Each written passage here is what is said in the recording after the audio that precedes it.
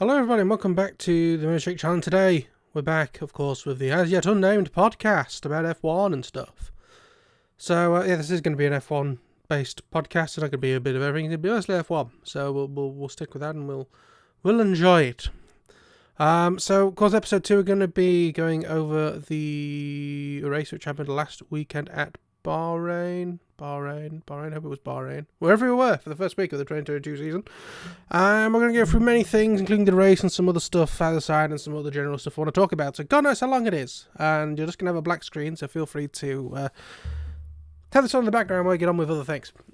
So, to start with, first time we saw the intro, of course. I think it's a bit naff, to be honest with you.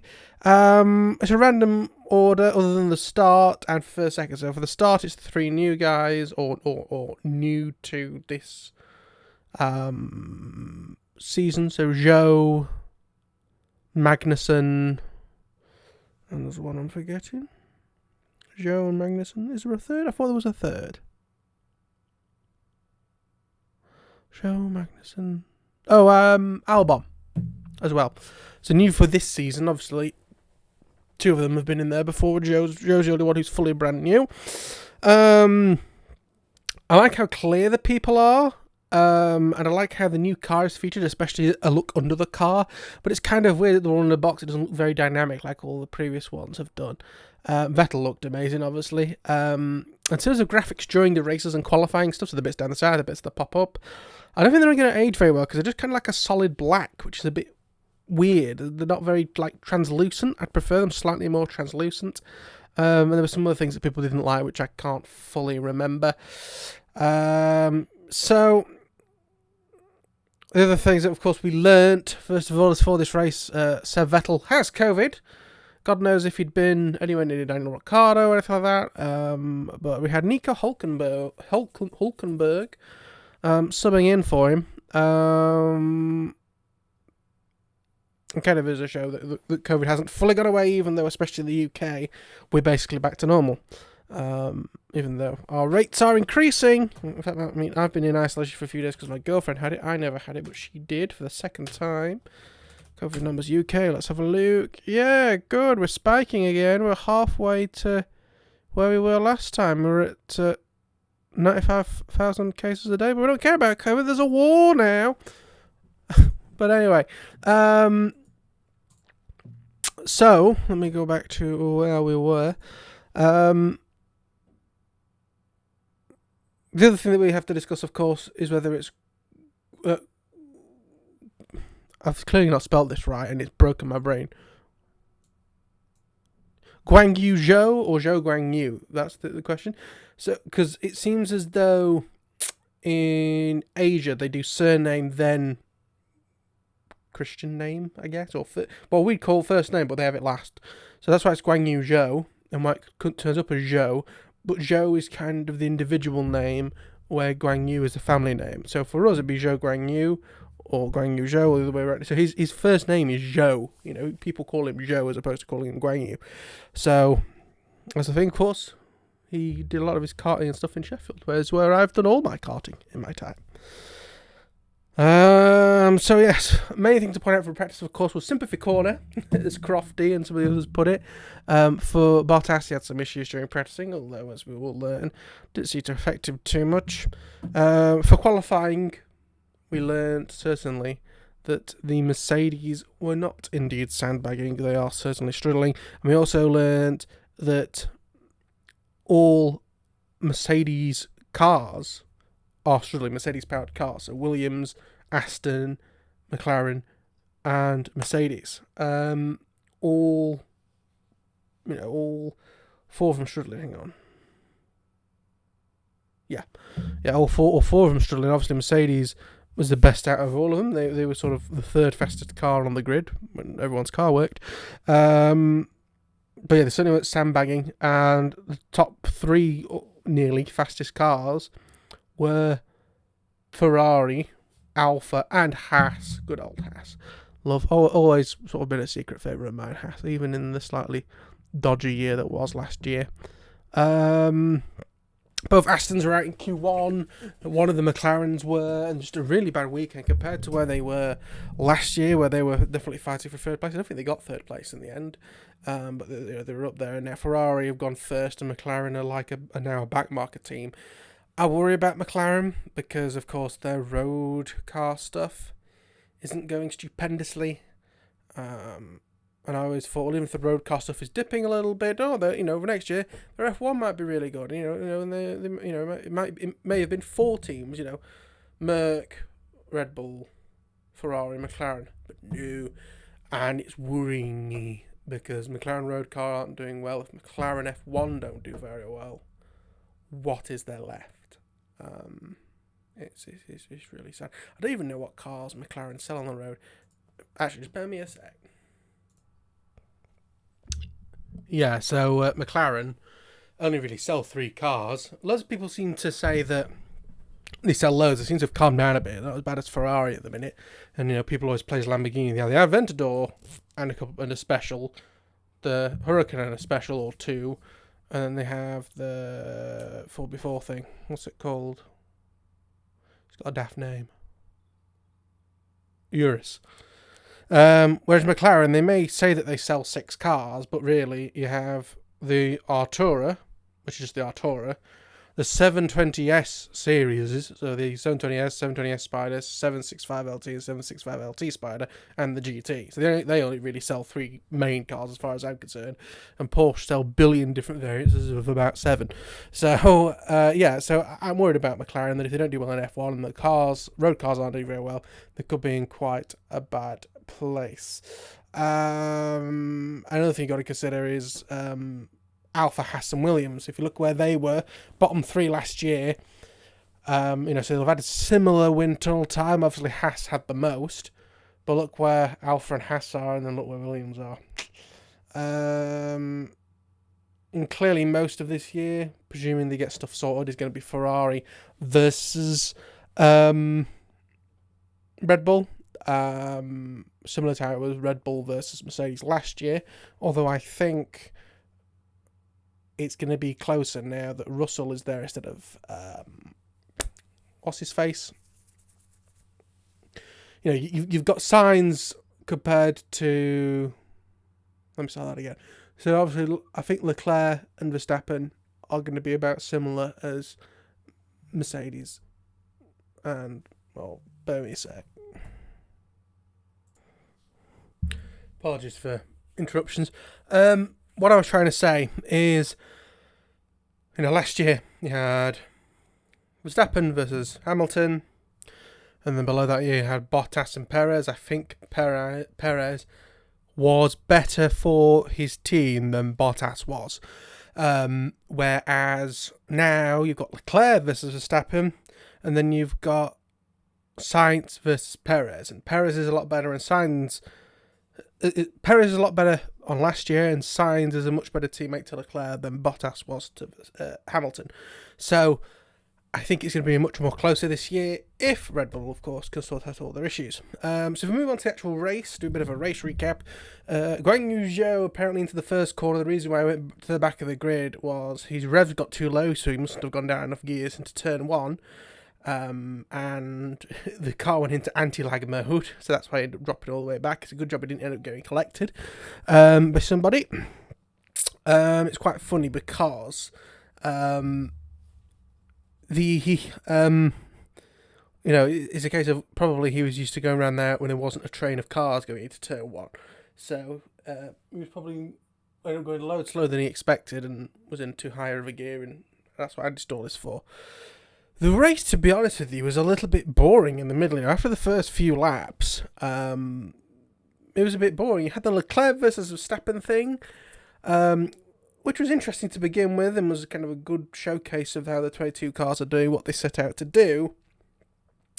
But the fact that he kept doing it 3 or 4 laps in a row, it got boring and obvious by the end, to the point where I think even Leclerc said that he was letting him get past, so he could get DRS and then overtake him again, because he knew it wouldn't be an issue.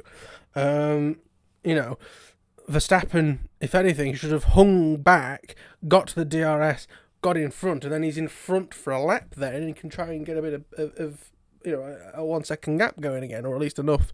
It'd be very hard for Leclerc to pass. Verstappen is getting a little bit of what Hamilton had last year and the year before, where Hamilton sounded like a crybaby last year, and Verstappen is even worse because he is complaining a bit more fruitful, a bit more agitated than Hamilton got. But because he's the world champion, he gets a lot more radio time and has been made to look a bit like a baby, unfortunately. So if we go into the retirements, of course, first of all, we had Gasly, whose car dramatically set on fire, and I'm fairly sure wasn't it in the same corner that Grosjean went backwards through with his Haas in his last race. I'm sure Magnussen was getting horrible flashbacks there. No, it's not. It wasn't like Schumacher had gone in flames in that corner, but can't have been great for Magnussen and made anybody. But Gasly was, of course, okay. Apparently electrical issues. And if we look to Verstappen and Perez, of course, who died right towards the end of the race. Verstappen, first of all, had braking issues. He then had steering issues, and then eventually the car more or less gave up. And then, bless me, Perez, in the end, just gave up into, I think it was turn 1, so badly everything conked out and his rear wheels locked. Supposedly they are saying fuel pump, which makes a lot of sense because there's no liquid to sort of wet the pistons, and then it's just going to lock up with a load of friction. Some people have said they ran out of fuel. We don't know. I don't think Red Bull would release that. They're saying it's the fuel pump, but the fuel pump is an FIA item. I don't think we'll ever fully know, to be honest. It's one of those things. But yeah, for me, drivers of the day, we'll go through the finishing order, but drivers of the day, Guan Yu Zhou and Magnussen, I think. Guan Yu Zhou getting a point in his first race. He's in a fast car, which helps a lot. But he also managed to get from the back to 14th in like 2 laps or something like that. 2 or 3 laps, which was, it proves he can move through a field. And that field would have been McLaren's and Aston Martins, who have got some quite, bullish drivers there. And Magnussen, of course, getting the old Haas guys back up where they should be, or where we just love to see them, if that's where they should be, up in 5th. I can't remember where.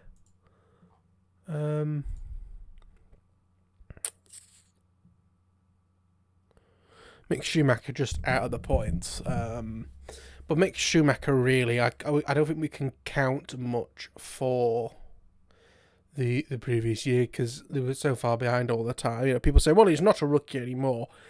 He's the damn sight closest you can be to a rookie without being a rookie, in my opinion. So, and I think he will get there towards the end. I think he'll get better. And, he's now actually racing instead of just going around a track. I know he would occasionally fight with alphas, which ironically it looks like he's going to be doing the same thing again. But you know what I mean. So yeah, to go through the finishing order, so you have to complete more than 90% of the race to get a classification. So technically, Pierre Gasly did 44 laps and DNF'd, and because that was less than 90% of the race, he got a non-classified. So I'm not sure exactly what the difference would have been between not classified and getting 20th. I think because he was the only one not to get classified, that's the way that it works. But also count back would be on the completion that he did. So he did 44 laps. 10 laps later, of course, was when Verstappen in second gave up the ghost, but because it was more than 90% of the race, because it was a 57-lap race, so 10% of that would be 5.7 laps.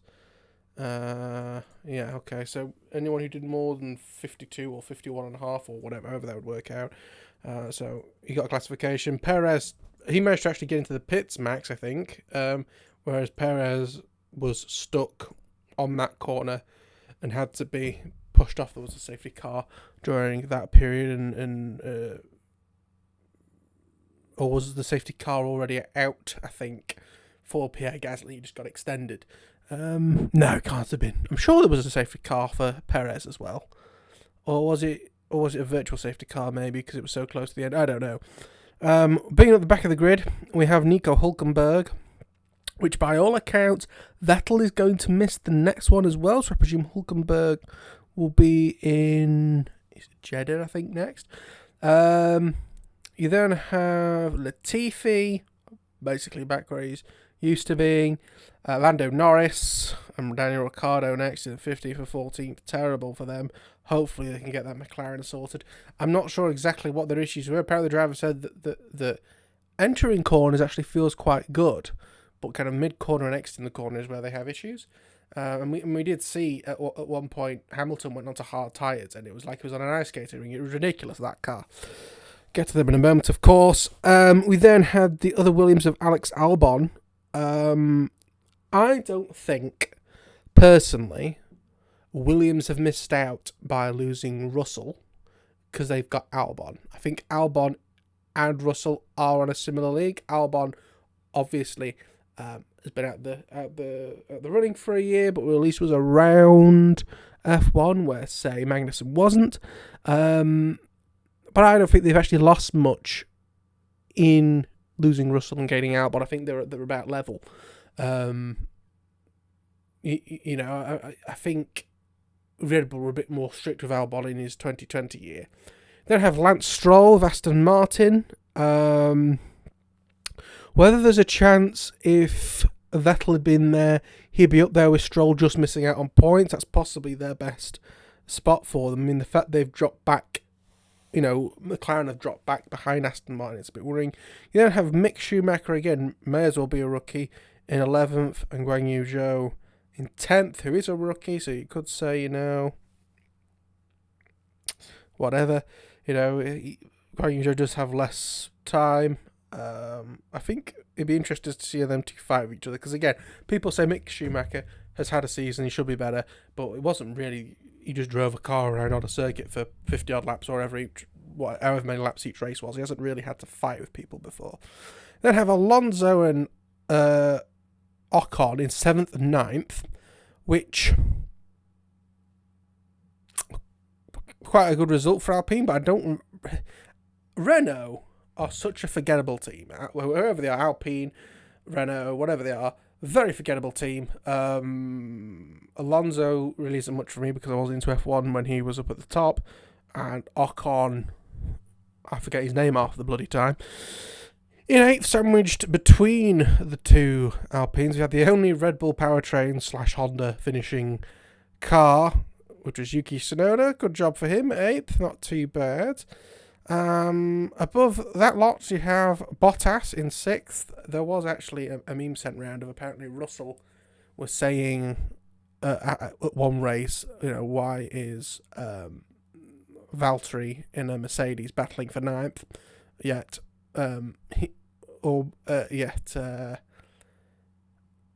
George Russell qualified in 9th. I haven't actually seen it, but I've heard of people spreading it around that George Russell was complaining about Bottas having to fight for 9th. Yeah, George Russell qualified 9th in this, which is quite funny. We'll get to them in a moment. So after the Alpine, Bottas up in 6th. Well done. That's about where he used to be in a Mercedes. So he's not really, people worried that it's another top driver going to a back market team just to get some more years of money in. But no, like if he's in 6th, and that's when Mercedes, Red Bull, and Ferrari are all fighting each other up near the top, they're going to be the top 3 most of the time. To be in 6th is good, if you make that 8th, if the Red Bulls were there, it's still not too bad. And in 5th, of course, the GOAT, can we just say that? Kevin Magnussen was in 5th in a Haas. Quite incredible. Then in 3rd and 4th, because of the Red Bulls, was Lewis Hamilton and George Russell. I think Lewis Hamilton was very happy just to be on the podium. I mean, where those two certainly didn't expect to be that high up. And then, of course, you had Sainz and Leclerc. Ferrari won 2. Again, I'm not the biggest fans of Ferrari. But it's just nice that it isn't a Mercedes at the top. There we are. I prefer it to be a Red Bull, but I think it will be a Ferrari in my head, as I want it to be, where I think it'd be Red Bull in my heart. But yeah, the Leclerc did a standout job. I want Leclerc and Sainz to fight a bit more. I don't want Sainz to settle into a second driver role. It's just not the best. And something that I've sort of brought up is, in terms of Constructors' Championships, I don't want it to be like sort of 2020 and back, where Mercedes just streak off into the lead and it's like a fight of second, third and fourth. I don't want that with Ferrari streaking out and then like Mercedes and Red Bull fighting again for third, because Mercedes might get slightly better and Red Bull might have this continuing issues if they carry on, and they might be fighting with each other for that second place. I don't want that. I want to fight for first again. That was what was so exciting about 2021. If we could have the same thing for drivers, constructors, as well as drivers, it's going to be an even better year than last year. So I don't want Ferrari to just streak off into the lead. But if they keep getting loads of ones and twos, and they certainly will do.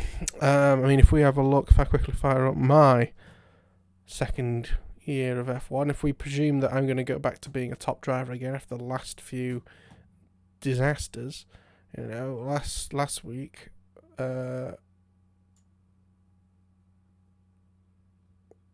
Norris for us got 5th. Sainz was a 3rd, and then it's Red Bull 1-2, which is slightly worrying for that season, considering it's going to be the last season in the 2021 game, depending on how much they're going to faff about with 2022. Other things other than the race to sort of go on about. I am wondering about what the Russell and Lewis team dynamic is going to be like for this year, especially now we know the car is going to be a third place car, really, in terms of performance. I'm not sure if this period, if Mercedes can't get to fight with the other two, whether it will be these are the years where they are going to do the transition from Lewis to Russell. So you never know, when they actually get a competitive car again, it might be Russell and somebody else and Lewis is retired, but they need to do the transition. So that might be what they do during this time. I'm not sure what the current strategy is. I would like to think that this early on in the season they are level. And we'll see where they go. If a gap starts opening up between the two of them, they may decide to prioritise Lewis. I presume it's going to be that way around. Never know. Russell might streak into lead. We never know. If you look at the 4 engine suppliers, for Red Bull seem to be struggling with reliability. Performance seems to be Mercedes' issue. Renault continue to exist, and Ferrari just seem incredible in all respects. Last but not least, I have now finally signed up for Fantasy F1. I've joined Matty212's league. We'll see how we go. I missed out last week, so I missed out Bahrain, but I'll be all ready for Jeddah. All done teams. My picks are for my main team. If I can find it, if I click on manage, does it zoom in a bit? So my number 1 driver is Verstappen. So this will be for next week. My second driver is Leclerc, that I've got as my turbo driver. Then I've got Guan Yu, then Magnussen, then Bottas. And then my team is Ferrari. I do have a second team, which for that one, unfortunately you can't have Leclerc and Verstappen. I wanted to swap the two around. But I have, let me just stick a MiNameIsJake 2 on the end of that.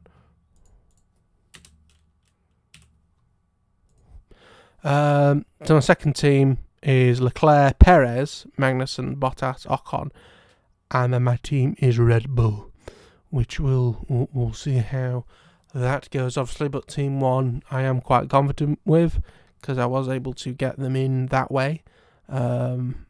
Yeah, I think the problem was I can get Verstappen and Leclerc with Ferrari, because at the minute Ferrari's team's value, because you got to up to 100 million. Ferrari's value is a lot less at the minute. It's 25, is that? Yeah, 25.3 million compared to 32.5 of Red Bull. So when you have Red Bull as the team, you can't have Verstappen and Leclerc. But if you have Ferrari as a team, you can have Verstappen and Leclerc. And maybe what I'll do in the future is spin them two around. It depends. But we'll see how that goes. I've never done a fantasy anything, because I'm not into football or anything, so it's a bit weird for me. But we'll see how we go. And that is episode 2 of the As Yet Unnamed podcast. I am uploading this actually on 2 different channels. I'm uploading it on MiNameIsJake and MiNameIsJake 2. MiNameIsJake 2 is me seeing if my original channel has been somewhat shadow banned, because I get no views or anything. So we'll see how we go. But that is it for this. Please subscribe whichever channel you're watching it on, and we'll see which channel wins in terms of doing these F1 videos. But thank you for watching. We'll see you next time. We'll see you at the weekend. Where will we be going?